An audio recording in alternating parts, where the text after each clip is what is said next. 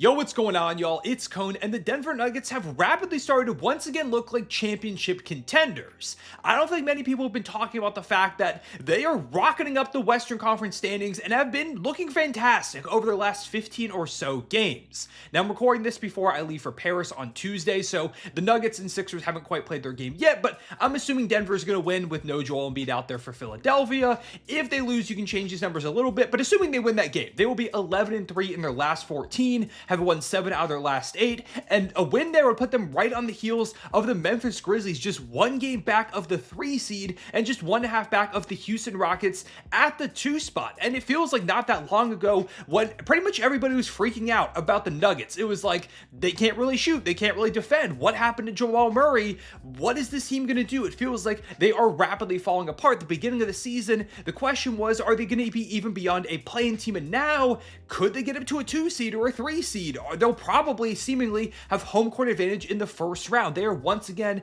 a pretty scary force out there in the Western Conference. And so I want to talk about why. And of course, the head of the snake, as always, is Nikola Jokic, who is putting together, again, one of the best statistical seasons I've ever seen. Career high 30.1 points per game, 13.2 rebounds, a career high 9.9 assists. He is 0.1 assist away from averaging a 30-point triple-double that comes with 1.8 steals, while shooting a blistering 56.1% from the field, which is actually a bit on the lower side for Nikola Jokic, which is one of the most insane stats possible, and 47.4% from 3. He is dominating right now in pretty much every facet. He is a walking triple-double, one of the greatest offensive players, maybe the single greatest offensive player in the history of the sport. It's typical for him. I mean, he's a walking top 5 offense. They're the 4th best offense in the sport. Currently top 2 in the MVP race. It feels like it's going to be between him and gilgeous-alexander. And yeah, it's just a typical Joker stuff. I mean, he's second in assists. He's one of the most creative and unbelievably talented playmakers I've ever seen. There's so many passing lanes that he just creates out of thin air. Once he spots a guy, which it feels like he sees everybody at all times, if you leave him for a second, he's going to find that guy wide open. It could be a look away pass. It could be behind the back. It could be a swing pass to the corner from maybe the other corner. He's going to pull off whatever wizardry he has to get the ball to the open shooter. Of course, also a knockdown scorer. He is probably my clutch player of the year right now. He's definitely in that conversation. He's been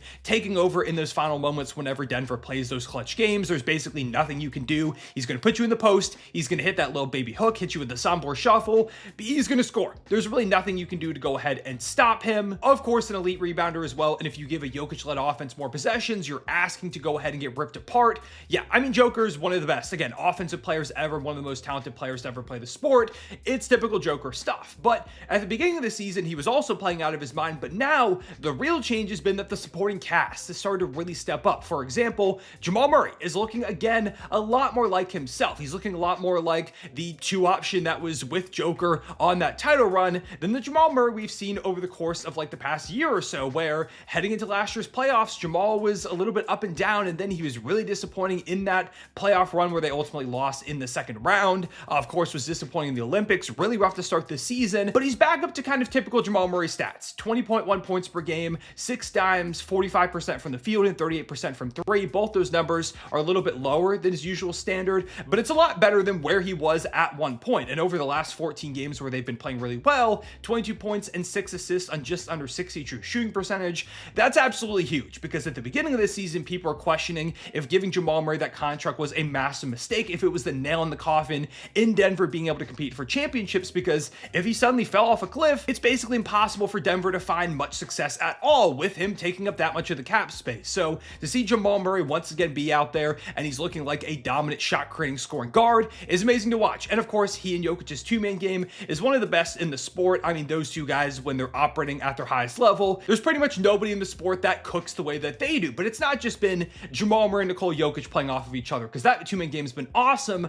But maybe the more exciting one so far this season has been Jokic and Russell Westbrook. And I know a few other creators have made videos about him. I thought about making a Russ specific video, but because the Nuggets have been playing so well, I decided to talk about the whole team. But of course, as a Thunder fan who is a longtime Russ guy, I mean, Russ is the guy that really made me fall in love with the sport of basketball. I was really hoping things were going to work out here in Denver. I was a little worried about the fit just because the Nuggets did not seem to have much three-point shooting, and of course, Russ has not been a knockdown three-point shooter at all in his recent career. So there was a slight part of me that was worried it wouldn't work out, but when you can get a guy that has the accolades that Russ does on a minimum contract, if you're Denver, you've got to kind of take that swing, and it's paid extreme dividends. Because he went from one of their first guys off the bench to now a full-time starter and one of the most important players on this entire team. Since he's been moved to the starting lineup, that's really when the Nuggets have found more of their success, when he has really gotten comfortable. And the big thing is that two-man game with Nikola Jokic. Whether it's Jokic getting down low and finding Russell Westbrook on a cut. Russ is such a smart cutter, and of course with Joker's vision, anytime that Russ makes that attack downhill, he's going to find him. And even though he's not as athletic as he once was, Russ is still an insane athlete, especially for somebody his age, somebody who jumped and dunked as ferociously as Russ did back in the day. It's crazy to still see some of the finishes that he puts together, some of the rim runs. Ridiculous. Another guy who we should really talk about more with that longevity, specifically with that athleticism. He's also done a pretty good job of knocking down three balls. It's nothing crazy, but 34% from deep is pretty solid for Russ in his recent career. He's also been a really solid defender for them, probably been one of the best perimeter defenders on this entire roster so far. Not to mention, he also gives them a really solid extra playmaking punch alongside Jamal Murray and Nikola Jokic. That's not something that the Nuggets have really had before, and it's made a difference. Right now, the Nuggets are averaging over 30 assists per game, which is most in the league, and it's a crazy number. I believe there's only been a few teams in NBA history, maybe I misread the stat that I saw, but not a lot of teams in NBA history have averaged over 30 dimes per night. It's extremely impressive. They move the ball really well. Jokic plays really well off of Russ, and those two guys play really well off of Jamal Murray and the supporting guys. It's a team that's really just finding its cohesion at the exact moment. They're really starting to heat up, and that's kind of been the Nuggets' identity over the past few years. Is Jokic really elevates everybody, you get players that fit around him, and you're probably going to have success in this very fluid offense that at times feels like a living thing with the way that they swing the ball around, they make the right cuts, they make the right reads. The Nuggets just play offense really well. It's just really fun to watch. It also helps that like Michael Porter Jr. is giving this team 18 points a night, shooting 41.6% from three, 2.4 assists, which is crazy for him. That's a really high number. Christian Braun hitting 37% of his outside shots for 13.8 points per game. Aaron Gordon has sacrificed, and he's been coming off the bench as of late, and that allows that Russ, Jamal Murray, Christian Braun, Michael Porter Jr., and Nikola Jokic starting lineup to continue to play. That's been looking really good. And of course, Aaron Gordon still plays a good number of minutes. He's a high-level defender, also knocking down a lot of his threes, 40%, even if he doesn't shoot a lot. Julian Strawther has had some really good scoring off the bench. Peyton Watson, of course, is still a really awesome defender, extreme athleticism. The shot still is a work in progress. It's only 34%, but I mean, hey, for a guy who is really supposed to go out there and mainly be a stopper, that's not terrible.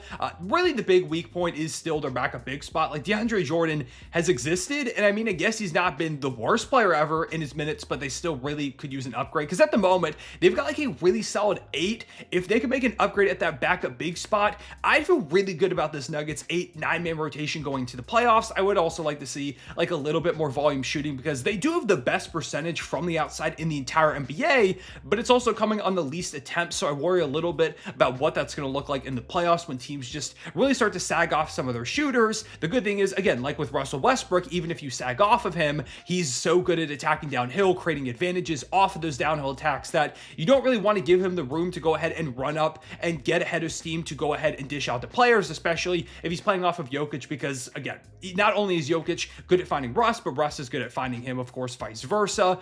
That two-man game in specific has really been like the catalyst for them bouncing back. I think it's opened up the game for pretty much everybody. And of course, again, as a Russ guy, it's really cool to see, because I was getting a little worried about if Russ's career could be coming to an end at some point soon. I just wasn't sure where the best fit was for him. And clearly it was Denver, and I think it's going to continue to be. I imagine that relationship will continue past this season and maybe towards the end of Russ's career. And it's cool to see him get the chance to play on a really good team and the chance to compete for a championship, because a Russ ring would be amazing. Obviously, I'd like a Thunder ring first, but if it's not the Thunder, would love to see Russell Westbrook go ahead and get one. He's incredibly deserving. It would be awesome. But yeah, just this Nuggets team as a whole, even though I don't feel like that many people are talking about it, have really started to look like one of the biggest forces in the Western Conference. I did a live stream over on Bleacher Report, which I do every Monday and Friday, by the way, at 6 p.m. Eastern, if you want to go ahead and see those. But I do an NBA live stream, and my most recent topic was ranking my top 5 contenders in the NBA, or I think I went up to top 8, but I had the Nuggets, top 5. I had them 5th in the the NBA. I think it was only behind the Thunder, the Celtics, the Cavs, and the Dallas Mavericks. But I think by the end of the season, the Nuggets could move up that list. To me, they feel like one of the preeminent forces in this Western Conference when you have the best player in the world in Jokic and a supporting cast that is currently stepping up and really finding its groove. You're going to be absolutely terrifying. So look for them to maybe make an addition around the deadline, and if they can at all address the backup big spot, because like Dario Saric hasn't been good at all this season, and again, they're playing the corpse of DeAndre Jordan at the moment. They get somebody there, they add even just like a little bit of volume shooting, maybe a little bit more defense. That is like the big thing for them still, is that the defense isn't very good. It's around average, which is kind of where it was too back in their championship run. It was, I believe, ranked at middle of the pack mark as well. Actually, it was exactly the same as it is now, 15th in the NBA, their defensive rating going into the playoffs. So they've shown they can go into the playoffs with a middle of the pack defense, one of the best offenses, turn up the defensive intensity, keep scoring the hell out of the ball, and win a championship. Maybe they're poised to do the same thing. Maybe after all the doom and gloom to start the season, this really is a team that is still capable of raising the Larry O'Brien at the end of the year. And I think they have made the Western Conference way more interesting with this recent surge. So yeah, we'd love to hear your thoughts on the Denver Nuggets. What moves would you make? Would you make any of them? What do you think the ceiling is on this team? Could you see them winning a championship? Do you still think they're behind some of the better teams in the Western Conference? Yeah, love to hear your thoughts. Leave a like and subscribe if you enjoyed this video. Hit the notification bell so you don't miss out on future uploads. Appreciate you watching. I'll see y'all later. Real one, say back.